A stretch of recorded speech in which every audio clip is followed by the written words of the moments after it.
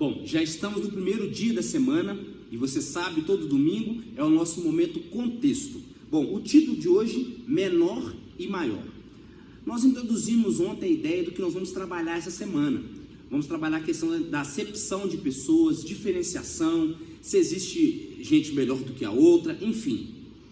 Você já viu cristãos por aí, talvez não seja você, eu espero que não seja você, mas que classificam os pecados como graves e alguns como ruins, mas não tão ruins? Deixa eu explicar.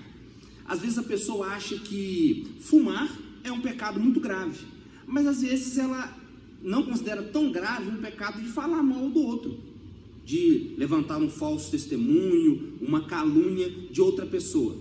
Às vezes as pessoas determinam que o pecado do adultério é bem mais grave do que talvez um pecado de enganar, mentir, fazer alguma coisa do tipo. Em relação a pecados, a gente trabalha assim, infelizmente a gente trabalha assim. Para nós há alguns tipos de pecadões e outros de pecadinho. Às vezes a gente se culpa muito por um pecadão e às vezes os pecadinhos a gente passa por cima e acha que está tudo bem. Bom, a lição da semana vai falar especificamente sobre essa divisão, se nós devemos ou não tratar as pessoas de forma diferente. Bom, comecei falando de pecados. Por que disso?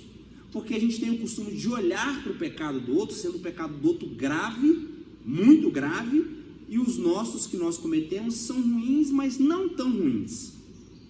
Essa é uma ideia que a gente tem, uma concepção errada que a gente carrega. Bom, o interessante, como diz a lição, é que como chamados pecados não tão ruins, são piores na palavra de Deus do que na visão da humanidade. Ou seja, existe na palavra de Deus uma diferenciação entre pecadão e pecadinho. Uma vez que você se distancia de Deus, você está pecando. Então, o cuidado muito grande deve ser tomado quando a gente olha para o pecado do outro, porque geralmente o pecado do outro é bem maior do que o nosso, e essa é a verdade. A lição continua: quando nós mostramos favoritismo e parcialidade, olha só, estamos negando o valor inestimável que Jesus deu à vida de cada um, porque Ele entregou a sua própria vida em valor, em pagamento, em compra por cada um de nós. Olha só, quando nós escolhemos um em detrimento do outro, nós estamos negando que Jesus tenha pago um preço grande por todos.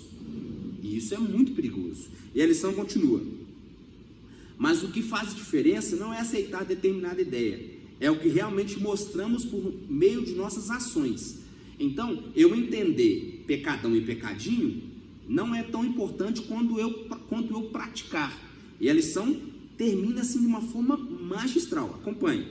No reino de Deus, todos foram comprados pelo mesmo preço infinito do sangue de Cristo. Glória a Deus. Todos, eu e você, independente do que eu fiz, independente do que você fez, independente do que eu venho fazendo, independente do que você vem fazendo, todos fomos comprados por um preço infinito pelo sangue de Cristo. Nenhuma quantidade de dinheiro, aparência, comunicação ou status pode alterar o valor do ser humano, seja para aumentá-lo ou para diminuí-lo. E eu quero acrescentar uma frase que eu criei aqui, que eu coloquei aqui, não criei, né? Que eu coloquei aqui, que já ouvi por aí. Você não é o que você tem, mas sim o que você é. Nós costumamos, isso é do ser humano, olhar para as pessoas e ver o que elas têm, mas Jesus nos ensina a olhar as pessoas pelo que elas são, independente dos pecados que elas cometam, independente pelos erros que elas cometam, ou independente se ela tem um status, uma aparência melhor do que as outras. Todos nós temos um preço inestimável diante do sangue de Cristo. Deus te abençoe.